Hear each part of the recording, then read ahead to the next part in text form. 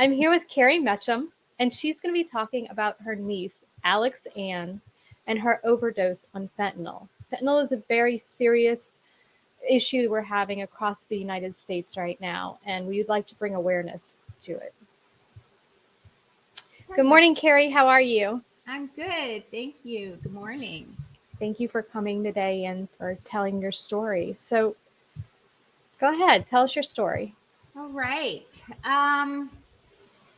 Gosh. Okay. So Alexanne was my brother's daughter. She was my first niece and the first baby born in my generation in our family. So she was sort of everybody's baby. My brother and his wife and I were all living together at the time, and we were very close. My brother's wife had a heroin issue, and when they were divorced, my brother fought for and got custody of her.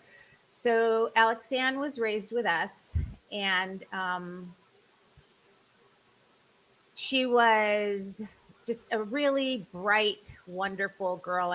When she was 27, she met and started dating someone that had been a good friend of mine. And it was cute. There was an age difference, so they sort of hid it from me for a while. And I remember he was dropping her off to meet me and some friends, and he kissed her forehead, and I sort of knew that wasn't just like a friendly kiss. I was like, aha, something's going on here. In June of 2019, the weekend of the 21st, 22nd, and 23rd, they went to Chicago. They came back on Monday, the 24th, and he and Alexanne got into an argument. They were staying at the Beverly Hills Hotel, and they got into an argument, and he at one point said, just go, just go. And so instead of just getting another room at the hotel, Alexanne went to a friend's house in the marina. So she texted a male friend of hers and said, what are you doing? Can I come over? I need a friend right now. And so she went to his house. I got a call from my mom saying, I think I'm being punked. I said, what do you mean? You know, here's my mom in her 70s, and I didn't even know she knew what punked meant. But she says, well, I got a text supposedly from your brother saying that Alexanne is unresponsive and on her way in an ambulance to UCLA. Wow. And I said, well, that doesn't make any sense. And so the first thing I did was hang up for my mom and say, I'll call you right back. I did look at my texts at the time. And the first thing I did was call her boyfriend. And he answered the phone like, hey, how are you? All happy and joyful. And so I thought, oh, I was really relieved. I thought, oh, obviously nothing's wrong. And I said, my mom got this text that Alexanne is unresponsive and on her way to the hospital in an ambulance. And there was just this really long pause. And for some reason, during that pause, I came to the conclusion that it was true. Mm-hmm. And he just said, no, I haven't heard this. We're meeting out in Palm Springs in 2 hours. And so we both just sort of sat there in silence on the phone for a minute. And I hung up. I said, I'll call you back. And I hung up and I called my brother and I said, what's going on? He said, I don't know. My brother was living in Dallas at the time. He said, I'm trying to get a flight to LA. This friend of hers had called him and told him that this was happening. So I left Costco and went home, and I said to my boyfriend, we have to go to LA right now. She was in the ER, but they were moving her up to ICU. She was on life support. Mm-hmm. And this friend that she'd been with was there, and his story was he went out to walk the dog and came back and she was unresponsive. He doesn't know what happened. It was pretty late, probably 11:30 at night by now. And we moved up to ICU and she was settled into a room. Um, Repeatedly, we asked what had happened, what was wrong, was there something in her system? And we were told point blank no. There was nothing they could find in her system. They didn't know what caused this. They were calling it a cardiac event, Mhm. that her heart had just stopped beating. It was unknown how long she had been without oxygen. Oh. So it was unknown what the damage to her brain was at this time. Um, as the night wore on, my brother and his girlfriend arrived with my brother's other daughter, who was, I think, 14 at the time. And we never got more information. They kept running tests, but they weren't tests to determine the cause of this.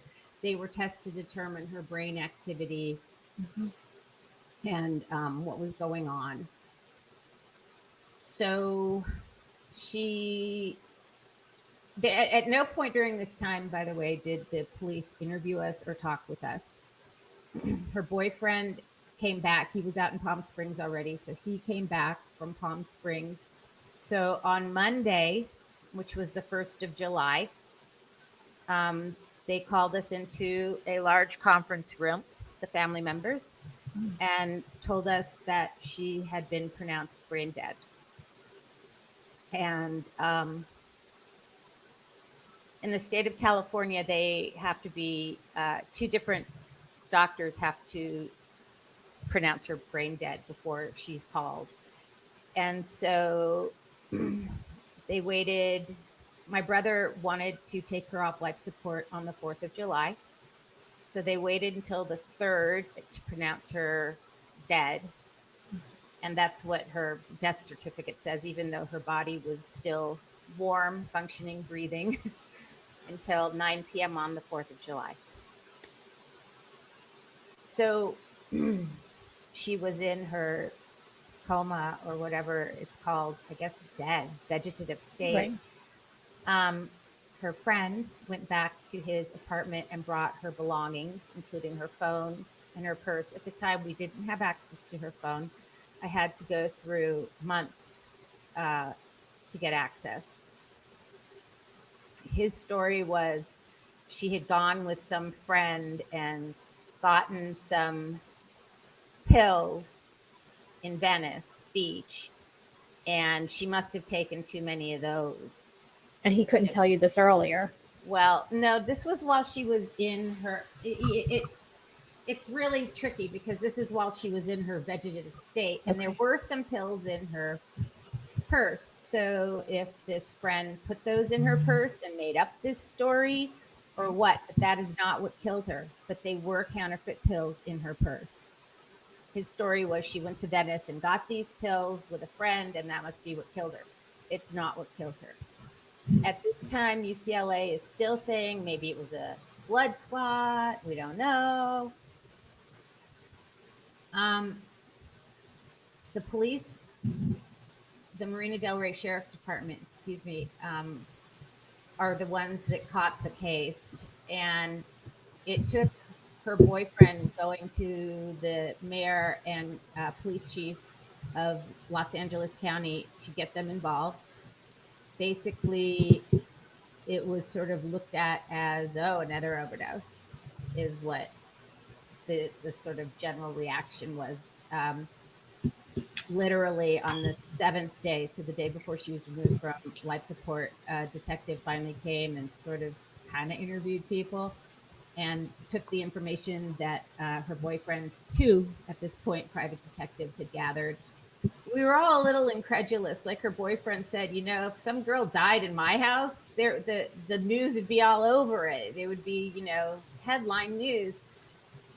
And we couldn't understand this really weird situation where no one is telling us what happened and no one's investigating, and we just didn't understand. So February of 2020, February or March, so 6, 7 months after she passed away, he called me and said, I have the results. Do you want to come in? I said, yes. He said, I'll have Detective Biddle come as well, who was the detective on the case.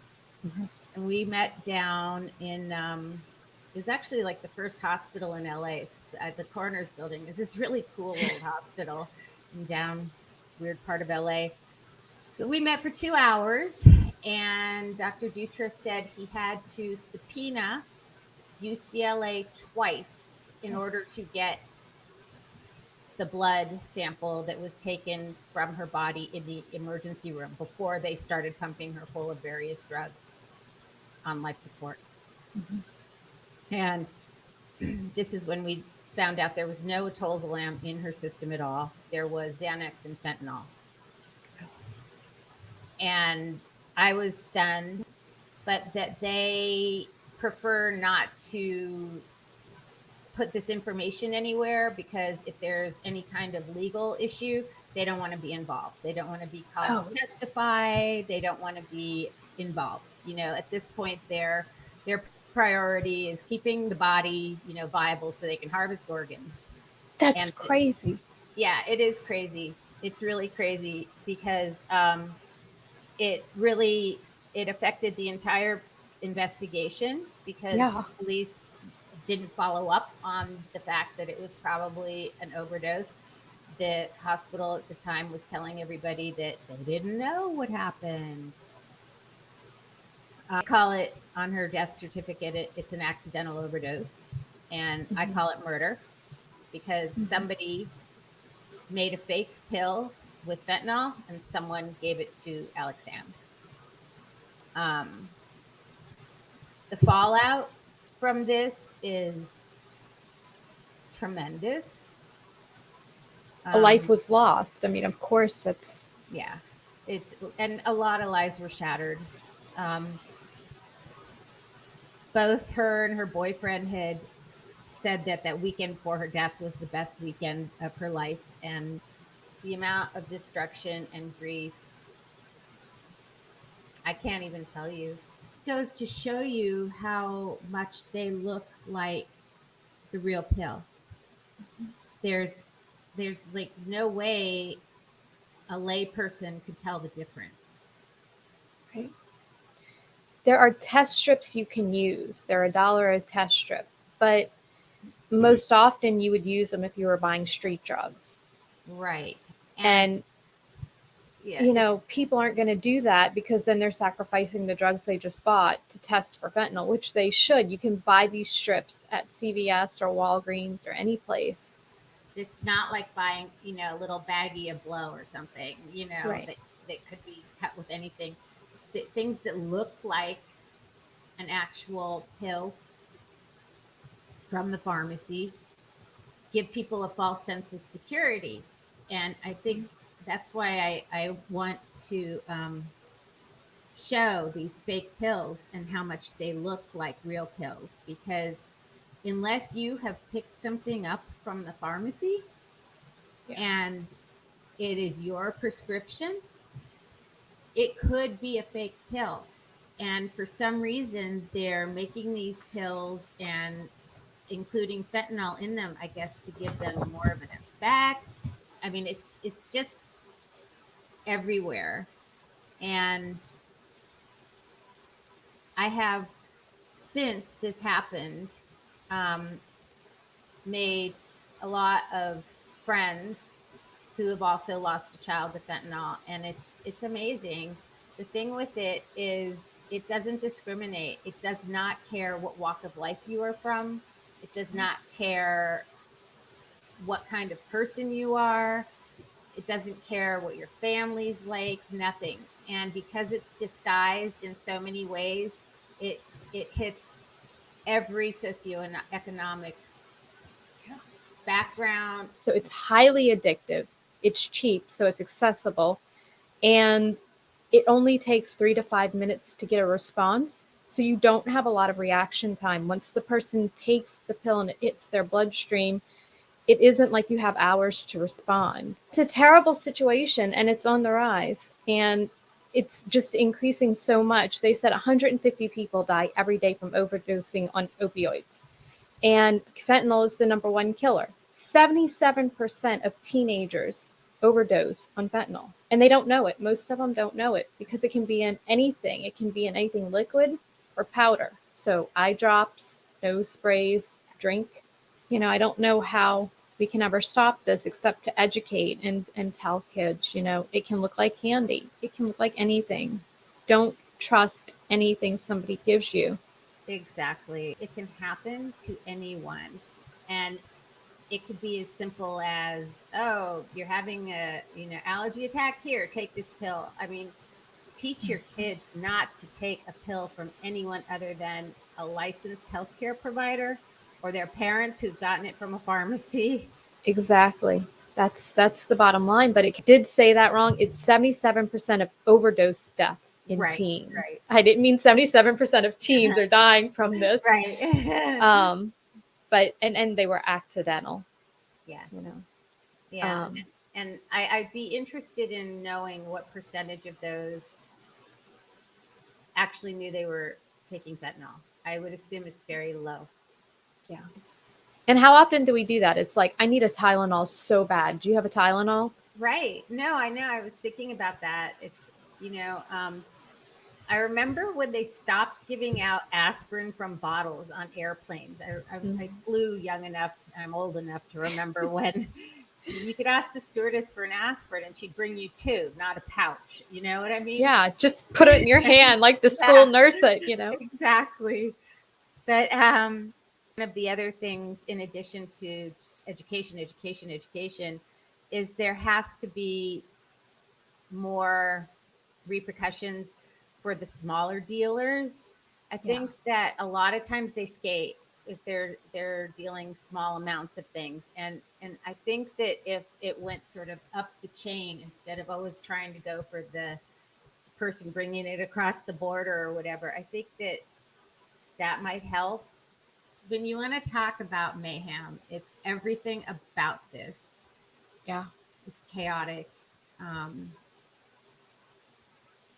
and it's still hard to wrap your mind around. I'll be doing something then just start to cry, and I realize what it is. I don't think it ever leaves you.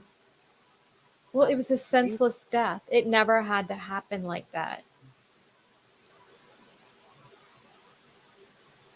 I just want to stress that these people are killing more than just the person that ingests the drug. They are killing families. They're extinguishing a life that had so many ripple effects that they'll be felt for generations. And so many lives are affected, some to the point of suicide. That this drug kills more than just the people that ingest it, and it damages so many lives. And I don't have the solution as far as how to stop it. I just know that collectively it's possible. I don't know what the answer is either. I don't think we'll know for a really long time, but hopefully we'll get more prosecution, and that'll be a very good beginning if the hospitals and all start stepping up and saying this is probably not a good thing. We need to prosecute this, and or we need to get a detective to look into this more and not just let this go. I think it's going to take that. And once people start of any age, if you're 15 and you're giving somebody drugs that you don't know where it came from, you know better. Yeah. The United States spends more per person on healthcare than other high-income countries, but still has a lower life expectancy. We have poor outcomes relative to other countries. We pay twice as much as any other country. We pay more and get less. My platform was built on me talking about being in therapy and dealing with narcissistic personality disorder. I don't trust people with my information because I know I use other people's information against them. Name brand Adderall is still available for $290. with insurance. It's the generic stuff that most people can afford that's running low. You know, you have a productivity crisis with the slowdown in Adderall and whatnot. You have a literal healthcare crisis if people can't get blood pressure medication, diabetic medication.